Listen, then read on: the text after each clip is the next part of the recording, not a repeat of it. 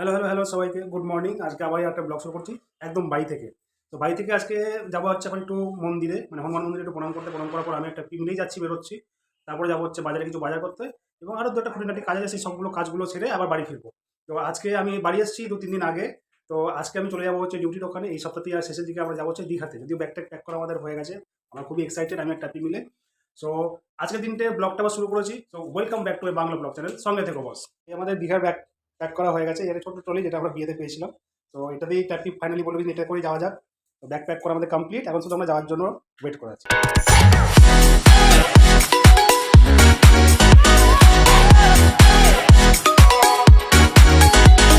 এটাই সেই হনুমান মন্দির যেখানে আগাগোড়াই টাপু আসে। এখানে ভেতরে ঠাকুরটাও তোমাদেরকে একবার দর্শন করিয়ে দিই। ভেতরে হনুমানজির মূর্তি রয়েছে। এখানে এটা পুরো ভিউটা হচ্ছে এরকম। তো আমাদের পুজো দেওয়া হয়ে গেছে, আমরা দুজনেই টিপ করে নিয়েছি, টিকা লাগিয়ে দিয়েছি। এখানে যিনি পুজো করছিলেন উনিই লাগিয়ে দিয়েছেন। তো এখান থেকে এবার আমরা একটুখানি গঙ্গার ঘাটে যাবো। এখানে আমি অনেকদিন ধরে পুজো দিতে আসি, মানে অনেক বছর ধরে, এখন মানে সময়ের অভাবে আসা হয় না। তো আজকে সকাল সকাল প্রোগ্রাম করা হলো যে হনুমান মন্দির থেকে ঘুরে আসা হোক। তো এটা প্রথম কাজ আমরা শেষ করলাম, হনুমান মন্দিরে এসে একটু দর্শন করে নিলাম, এবার বাকি কাজগুলো করতে যাচ্ছি। আর এটা একদম স্টেশন লাগোয়া, দেখো স্টেশনের ঠিক উল্টো দিকে এটা টিকিট কাউন্টার আমাদের, আর ঠিক তার অপোজিটেই হচ্ছে হনুমান মন্দির।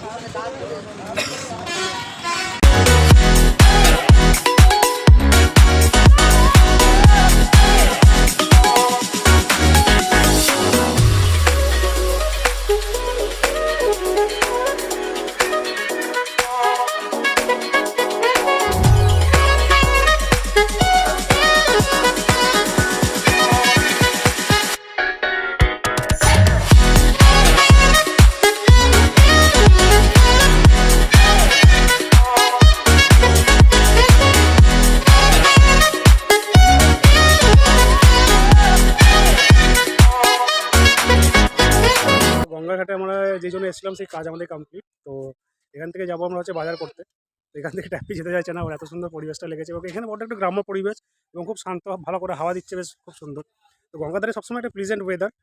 তো এখান থেকে যাবো হচ্ছে আমরা বাজার করতে, বাজার থেকে বাজারে কিছু কেনাকাটা করে তারপরে আবার যাবো আমরা বাড়ির দিকে। তো ট্যাপি দিয়ে ঘোরাঘুরি করছে, ট্যাপিকে দেখা।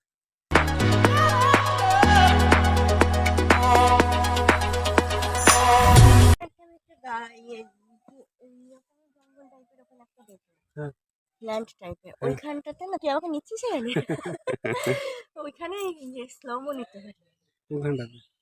ওই আগে আসলাম তখন দেখলাম মনে হয়। চল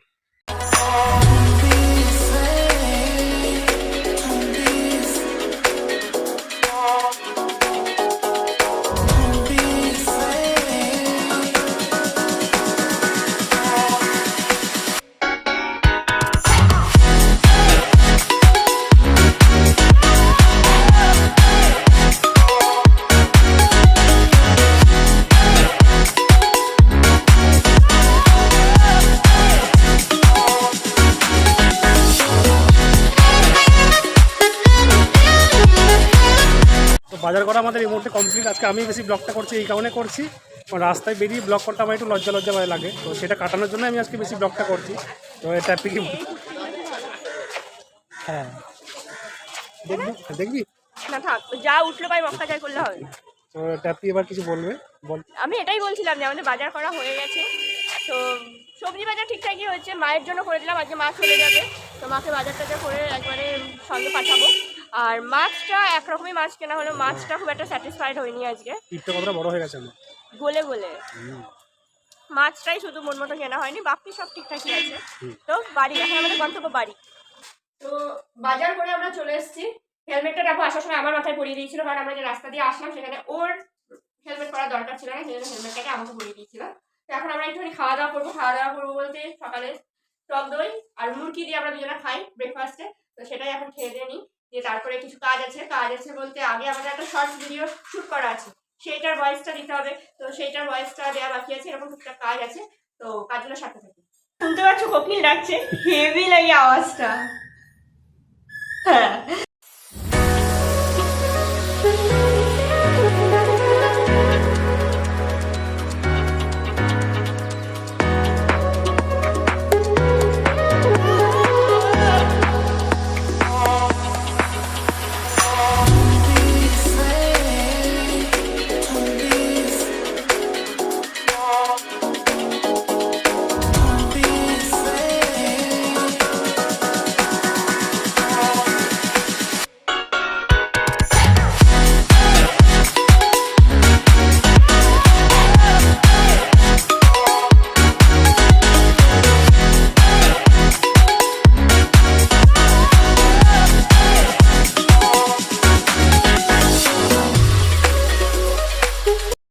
স্নান টান হয়ে গেছে, আমারও স্নান হয়ে গেছে, এখানে টাপুরও স্নান হয়ে গেছে। আমরা দুজনেই একটু ছাদে ঘুরতে এলাম এই কারণে আজকে রোদ নেই, সকালবেলায় বলেছি আজকে ওয়েদারটা অনেকটাই প্লিজেন্ট। তাই ভাবলাম চল একটু ছাদে টাইম স্পেন্ড করে আসি, কারণ এরপরে কিছুক্ষণ পরে ও চলে যাবে, ওর আবার ট্রেন আছে 3:30, কাটোয়া হাওড়া লোকাল যেটা, সেটাতে চলে যাবে।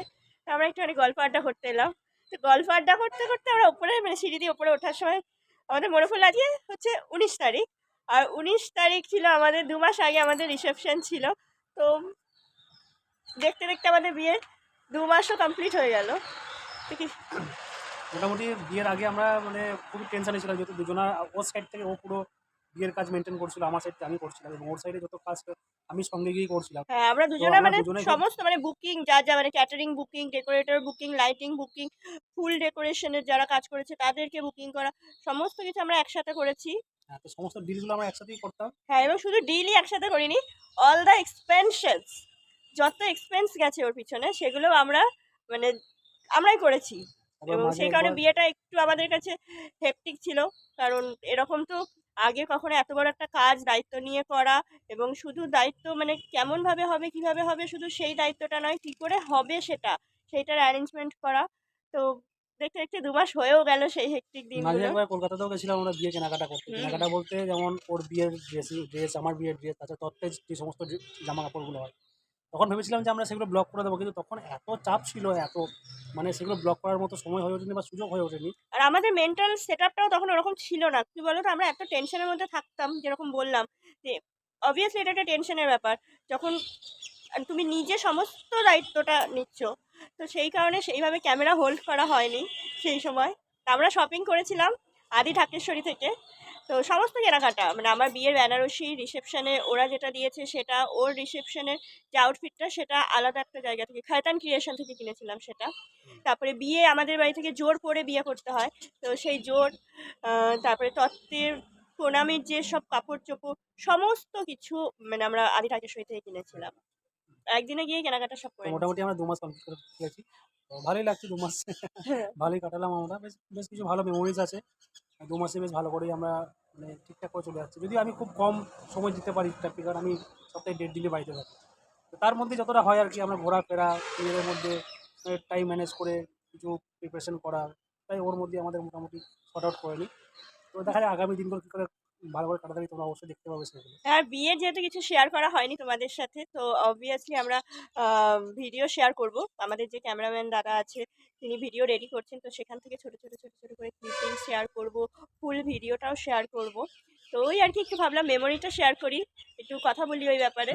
তো সেই জন্য এই পার্টটা একটু লম্বা হয়ে যাবে হয়তো, তাও আজকে একটু ইচ্ছা হলো যে কথা বলি তোমাদের সাথে, প্রথমবার আর কি এরকম মানে আমরা নিজেদের মধ্যে কন্টেন্ট না ক্রিয়েট করে তোমাদের সঙ্গেও কিছু কথা কমিউনিকেট করলাম, কথা বললাম। তো বেশ ভালো লাগলো। যদি ভালো লাগে, এরকম ধরনের আরও মেমোরিজ শুনতে চাও, আরও গল্প শুনতে চাও, তাহলে অবশ্যই কমেন্ট করে কিন্তু জানাবে। সো দুপুরে খাওয়া দাওয়া একদম কমপ্লিট হয়ে আমি রেডি হয়ে গেছি, পিঠে ব্যাগ তোমরা দেখতেই পাচ্ছ, তারপরে একটু মনটা খারাপ খারাপ তো আমি যাচ্ছি এখন আমার গন্তব্যের দিকে, ডিউটির দিকে। তো ব্লগটা হয়তো স্টেশনে গিয়ে আমি শেষ করবো, ট্রেনে উঠে। ট্রেন যদিও 3:30 আমি একটু সময় যাই, কারণ যেহেতু প্রায় 3.5 ঘন্টার জার্নি, তো একটু বসে কমফোর্ট করে যাওয়ার জন্য একটু সময় আমি যাই জানলার ধারে সিট পাওয়ার জন্য তো স্টেশনে যাই, স্টেশনে গিয়ে ব্লগটা শেষ করবো। তো ট্যাপির জন্য টাটা।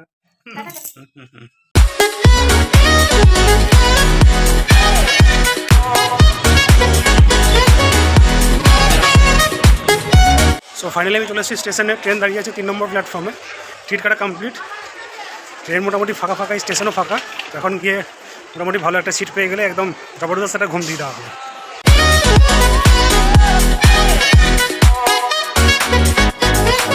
ফাইনালি আমি জানলার ধারে জায়গা পেয়ে গেছি। তো ব্লগটা আমি এখানেই শেষ করবো। এখন ট্যাপিকে ফোন করবো, ফোন করে বলবো যে এরকম আমি ট্রেনে উঠে পড়েছি এবং টিকিট কাটা হয়ে গেছে। আমি খুব সুন্দর, যেটা আমার জায়গার ডিমান্ড সেটাও আমি পেয়ে গেছি। তো ব্লগটা এখানেই শেষ করবো, আর বড় করবো না। তো ব্লগটা যদি ভালো লেগে থাকে কমেন্ট করবে, লাইক করবেন, সাবস্ক্রাইব করবে, আর পাশে থাকা বেল আইকনটা অবশ্যই দাবিয়ে দেবে। আর আবার নতুন একটা ব্লগে দেখা হবে। নতুন ব্লগ কোথায় হবে তোমরা জানো, সেটা হচ্ছে একদম ব্যাক টু দীঘাতে। দীঘা থেকে অনেক ব্লগ করার মতো প্রোগ্রাম আছে। তো ততক্ষণের জন্য টাটা।